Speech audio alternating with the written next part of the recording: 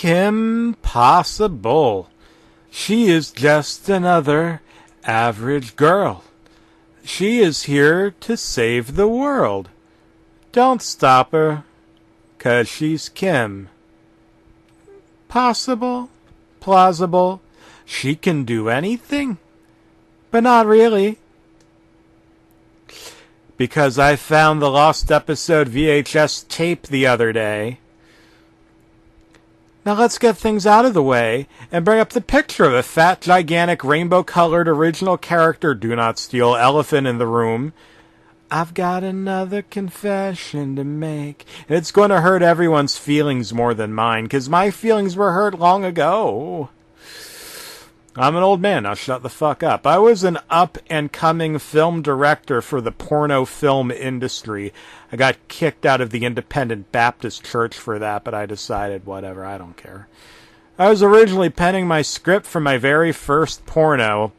Cum-guzzling bukkake sluts jacking their cunts from the inner dick shapes of two shit-stained nipples that were skull-fucked by a couple of greasy sperm whale alien midgets beyond the deep ends of outer space.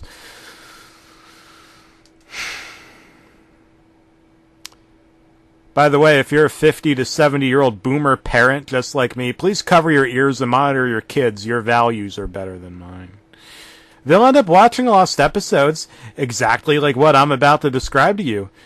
And also, if you are the same exact boomer parent who brainwashes and or betrays your children on a daily basis, do not watch videos like this, because this is what happened with my mother.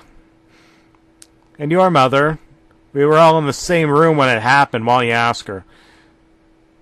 My lifelong dream of becoming a porno filmmaker was shattered because of my mom offering me to live on Social Security due to her left-wing political views and other bullshit morals she believes in. They're making the frogs gay! Despite that fact, I ignored all of that and enjoyed my dull life as it was. I still eat delicious Dorito crumbs out of my neckbeard. I store them there like a cupboard. But something suspicious happened one fine and or productive day, arguably so. I was browsing on YouTube just to watch some compilation videos featuring the irate gamer, cinema snob, a nostalgia critic, game dude, pro Jared, useless reviews, and Angry Joe, all in one, because I had nothing else to do in my life, because I'm lonely. But it was fine and dandy until I heard a whimsical doorbell ring, and I answered. Strangely, it was the Noid, and not someone in the costume either, but legit, the Noid holding 2 Domino's pizzas with the VHS tape with crooked label on it. Funny, I thought Domino's discontinued that mascot a long time ago, after that horrifying event back in the 90s with the employees getting kidnapped by a guy who thought the Noid was making fun of him, even though it didn't make any sense. Holding a VHS tape. Never thought pizza men would carry home media. Again, there were those deals that were like, get Ghost Dad if you bought a Bigfoot pizza. I don't remember ordering pizza. That's more important. What the hell? Your total is $25, my god, sir, the Noid said as I kindly tipped him $25.76. But yet miraculously slammed the 2 pizzas and VHS tape in my face and pulled his rabbit ears by spouting out, "That's just the tip of the iceberg. If you think your life sucks, there's more to come." He giggled and hopped off. That guy was a friggin' lunatic. I wanted to call the cops with my stylized Metal Gear Solid radio transceiver. I keep forgetting that my batteries for that puppy were out of juice. Well, brownie points for me giving me a VHS tape. Me. Let alone a lost episode VHS tape of whatever it was. I could tell by the crooked sticker label written in black Sharpie, I'm assuming in what looks appeared to be handwritten by a 5-year-old in scribbles, but that Noid probably never made it to junior high, saying, Kimmy Plus Bill, Las Vegas Op 420. Featuring stock images of both Kim Possible and Ron Stoppable taken from Google Images plastered in the bottom right corner.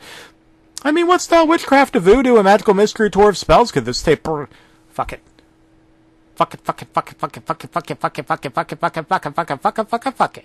I remember that there are bound to be cliches.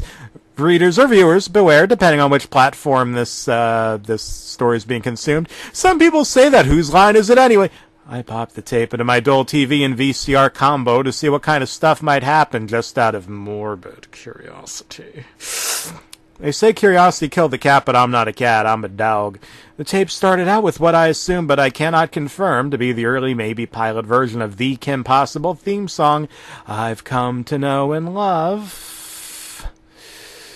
However, the female singer sounded a bit more off-key, more sour, hiccupy, tipsy even, as if she was hungover from last night's karaoke night at the bar. Embarrassing one at that. The instrumentation also sounded off-key. In addition, played off a MIDI keyboard. Kim Possible, Kim Possible, she really smells Kim Possible. She smells of shit, she is shit, she's made out of shit, she's Kim Possible. Well, at least the lyrics were the same. The episode eventually started. It starts off with Kim Possible sitting in her room alone, but with more light illuminating within the dark, pressingly humming the theme song. She turns around, assuming she has a call from her boss. During the process of the scene unfolding, Kim responds to the boss, but her voice sounded more sinister, a bit more sadistic. Yes, Mr. Lode, all of my evil doings will commence early in the morning. People will remember the event. There was no love for the Kim. She was abandoned, hated, viled, and emotionally butchered. By all eternity... Hashtag subscribe to Noids. Hashtag dab on some pizza. Hashtag epic win style. She hangs up her spy phone and goes to bed. The next morning, we see Kim and Ron Stoppable taking place during lunch hours at Middletown High School having a little conversation. This scene plays as a typical episode until the next part, which made me think about hurling at that very moment. Kim took out Ron's pet mole rat Rufus, who happened to appear roadkilled with flies shielding the poor thing. Invisible corpses within his skin showed multiple corpses. How is that possible? Well, it is Kim possible. Ron's reaction was painful, but Kim looked at the camera as if she was trying to break the fourth wall. She explains with her sinister voice, Now that I'm expelled by day, tonight will be the night that I'm America's biggest terrorist by night. This was followed up with her open, wide smile, unveiling her razor-sharp yellow teeth and a much bigger nose than a female pro-Jared. Funny, I just watched a compilation of cynical, angry reviewers prior to watching this tape. I mean, yeah, I gotta remind you all that because, I'm so terribly lonely, but that's not important. I'm not important. What's important is the next scene, however, which gets worse. The scene cuts to the afternoon outside where Ron is walking, heading to the bus in silent disappointment, given the events of the last scene, and who could blame him. As he takes his seat, Kim appears smiling wide open out of nowhere as he freaks out. Hey, fucker! Kim giggled. Sweet mother of fucking ducking cum slurping twat cunt fucker of a cocksucker motherfucking tits ass dick fucker. Why is Kim Possible swearing in this fucking episode? This is a fucking kid's fucking show.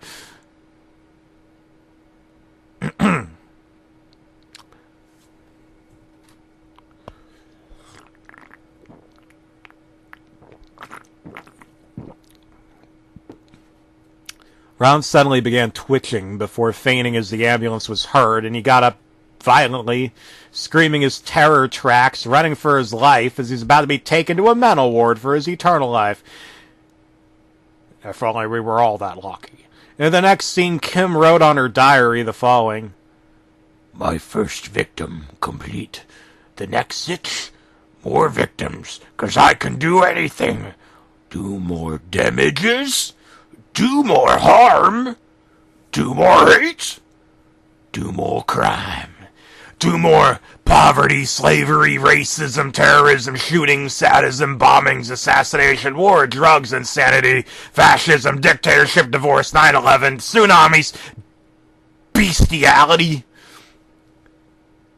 Rise up, gamers! I'm Kim Possible! I'm here to save the world! True gamer!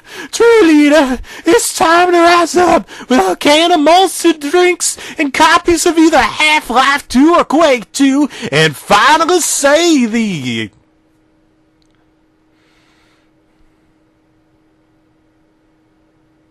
N-word? Oh my.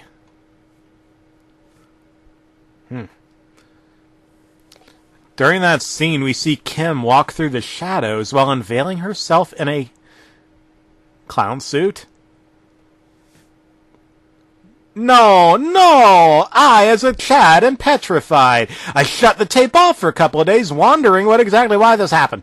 Was it a prank? Was it a shitty clickbait YouTube rant video? Was it a YouTube poop? Why am I asking questions? I kept on asking and asking. Not going on the computer to do a little bit of research. Not even going to the bathroom to go wee-wee. That is how traumatized I was. Hachi-machi, dude. Regardless, I pressed on. Before I can continue on, I'll say one final thing. I just really hope someone, whoever made this episode, got fired for that little blunder.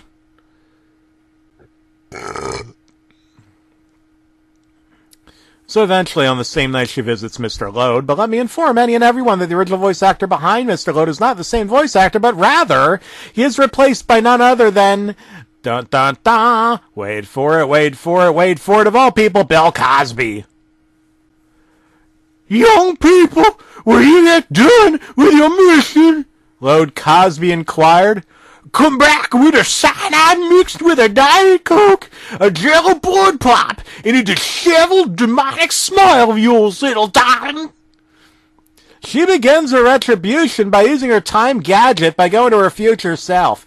I can see glimpses of her shadow selves fighting against each other from the final episode. Except this time, one of her selves is shown carrying a 10mm pistol, shooting her future self with hyper-realistic bloody blood, bleedy blood all over her fucking future body.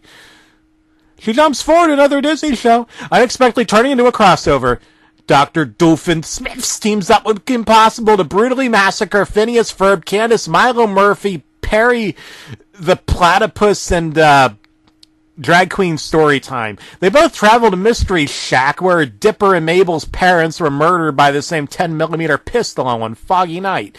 The scene cuts to TJ, Gus, and Vince coming back to their respective families for the holidays from their Iraq War in late 2000s, only to realize they have visitors. Scene cuts to Muni, where Star Butterfly manipulates her wand to destroy two worlds, Muni and Echo Creek, as her forces of mass genocide, and leading herself to hell in a rap battle against Satan himself. Pepper Ann gets tired of her everyday life, her job at Wendy's, her life with her new cats, etc., so she ends her life with a toaster in the bathtub. Maggie and Puppert are still depressed, which ends with suicide, and the scene cuts to a white globe centered far away with Kim's head floating around, sinister laughing, and her voice muttering, "So many possibilities." Let me tell you, dear listener, the ending portions of this episode still haunt me to this very day. And after describing this entire episode in detail, that says a lot.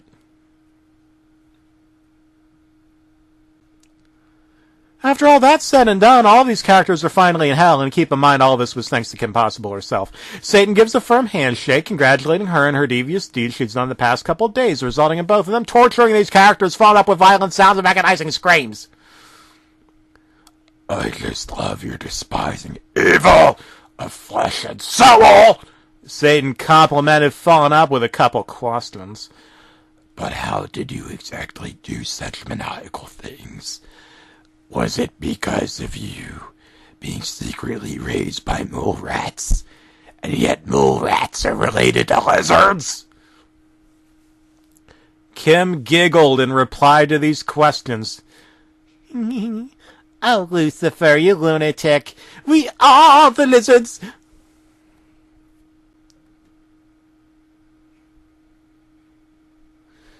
The episode ends with the camera slowly panning to her eyes as her pupils sliver like tacos. The end.